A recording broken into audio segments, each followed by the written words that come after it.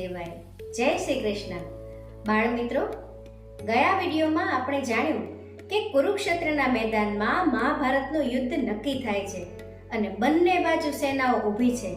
અર્જુન ભગવાન શ્રી કૃષ્ણને કહે છે કે મારો રથ બંને સેનાઓની વચ્ચે લઈ જાઓ, જેથી હું સામેના પક્ષે કોની સાથે મારે લડવાનું છે તેમને જોઈ શકું.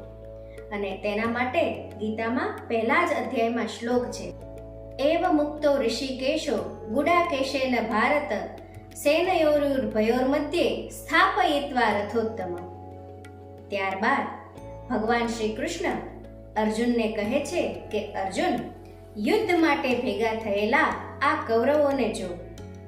અર્જુન કૌરવોની સેના સામે જુએ છે તો સેનામાં પોતાના દાદા ભીષ્મ, આચાર્ય ગુરુ દ્રોણ, પોતાના કાકા દાદાના દીકરા ભાઈઓ તથા સગા સંબંધીઓને જોઈ અર્જુન નિરાશ થઈ જાય છે અને દ્રષ્ટ્વેમં સ્વજનમ કૃષ્ણમ યુયુત્સુમ સમુપસ્થિતમ સિદંતિ મમ ગાત્રાણિ મુખમ ચ પરિશુષ્યતિ ગાંડીવમ સંસતે હસ્તા ત્વક્ચેવ પરિદહ્યતે ન ચ શક્નોમ્યવસ્થાતુમ ભ્રમતિવ ચ મે મનઃ. અર્જુન કહે છે, હે કૃષ્ણ, યુદ્ધ કરવા માંગતા આ બધા જ મારા સગા સંબંધીઓને જોઈને મારા અવયવો ઢીલા થઈ જાય છે અને મારું મોઢું સુકાય છે.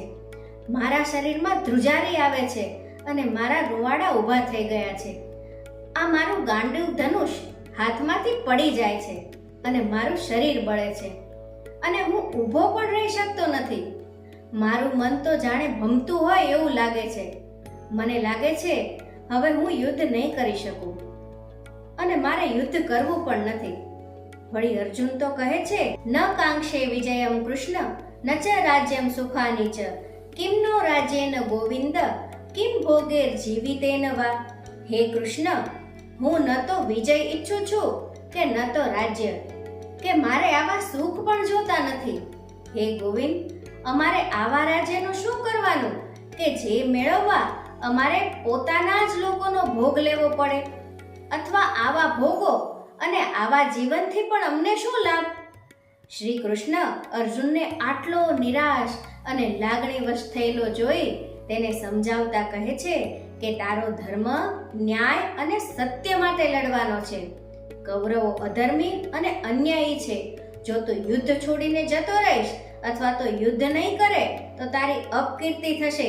સમાજ તારો ઉપહાસ કરશે, તારો મજાક ઉડાવશે.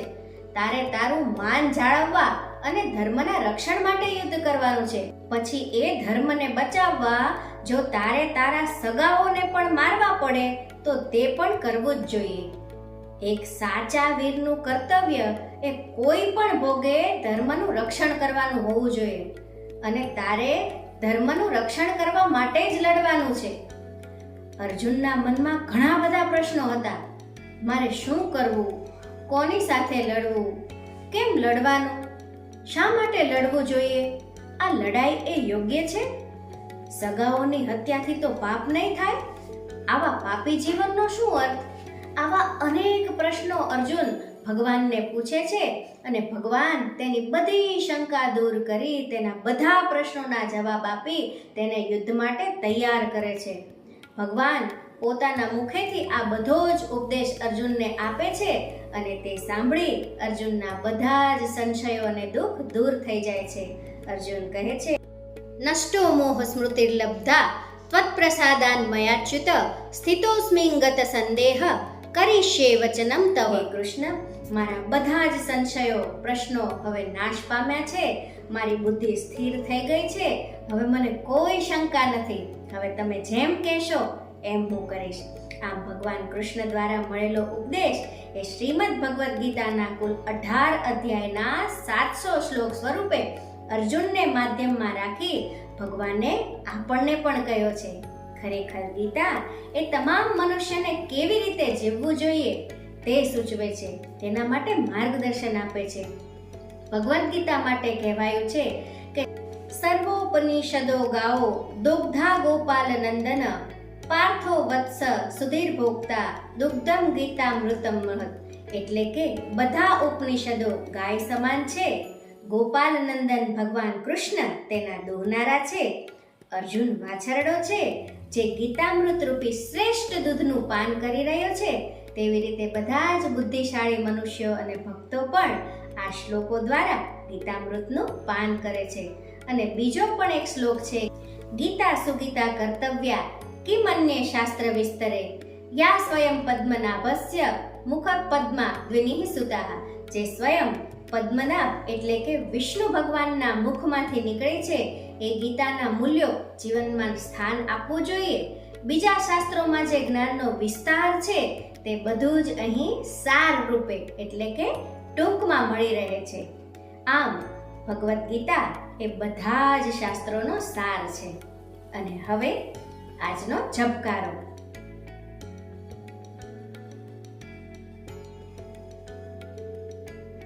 બાળમિત્રો, શ્રીમદ ભગવદ્ ગીતાના 18 અધ્યાયના નામ શું છે તે તમે જાણો છો? તે નામ આ પ્રમાણે છે.